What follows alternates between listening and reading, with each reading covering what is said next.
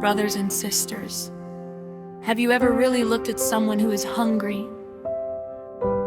Not glanced, not passed by, but looked long enough for their eyes to speak. There is a hunger deeper than the stomach. It is the hunger of not being seen, not being cared for, not belonging. In today's gospel, the disciples see a problem: numbers, time, logistics. Too many people, too little food, too late in the day. Jesus sees something else. He sees people. St. Mark tells us his heart was moved because they were like sheep without a shepherd. That same crowd is still with us at traffic signals, at tea stalls, outside shops and church gates.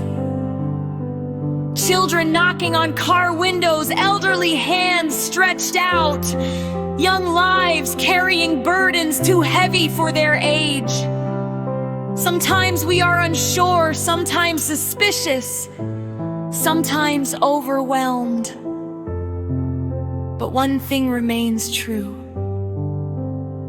Jesus sees them. And when Jesus sees, his heart is moved. The church too faces a quiet temptation to turn inward, to become busy with buildings and budgets, plans and programs, accounts and security. All these have their place, but a question presses on the conscience. When does stewardship become hoarding? When does prudence become fear? When do we protect the institution while Christ waits hungry at the door? The disciples offer a sensible solution. Send them away. Let them fend for themselves. We do not have enough. And then Jesus speaks words that still unsettle the church. You give them something to eat. Not later. Not when it is convenient. Not when the numbers add up. You give. The disciples think in wages and costs. Jesus asks a different question. What do you have? 5 loaves, 2 fish, almost nothing. Yet Jesus does not begin with what they lack. He begins with what they have. They bring it, and he receives it. The fathers of the church understood this well. St. John Chrysostom reminds us that the disciples held nothing back, and that Christ accepts even the smallest offering, not because it is sufficient, but because it is given. Jesus could have created bread from nothing.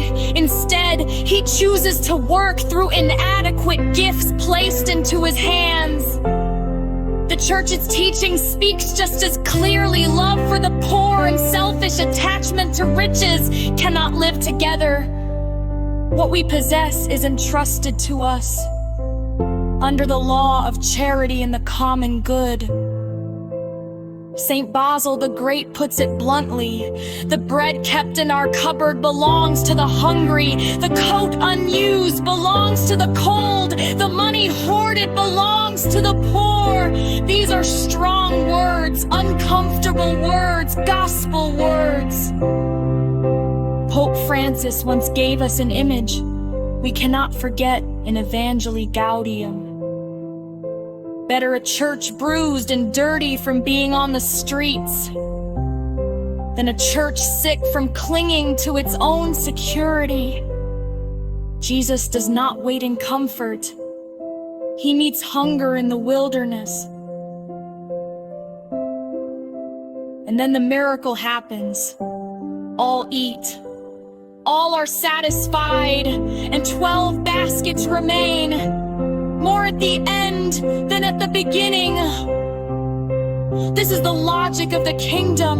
When we share, God multiplies. When we cling, our hearts shrink.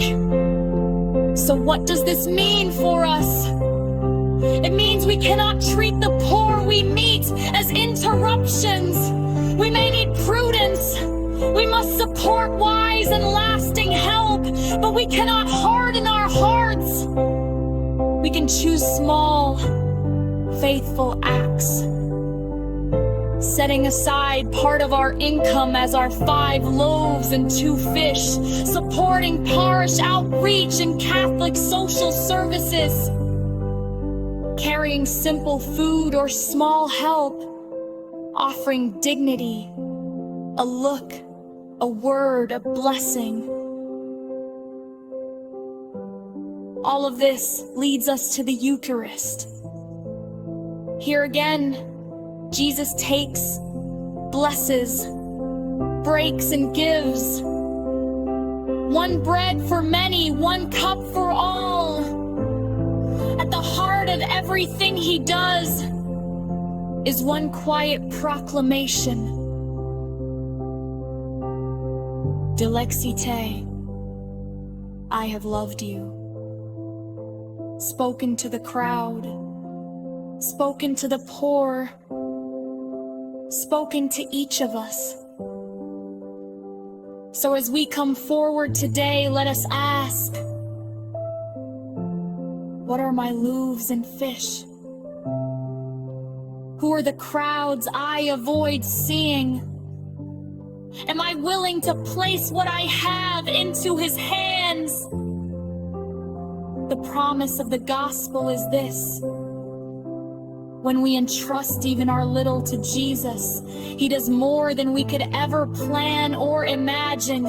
May we become a church known less for what it stores and more for what it shares, less for how well it protects itself, and more for how deeply it feeds the hungry. And may the Lord, who feeds us with his own body, make our eyes compassionate, our hands generous, and our hearts brave enough to hear and obey his word. You give them something to eat.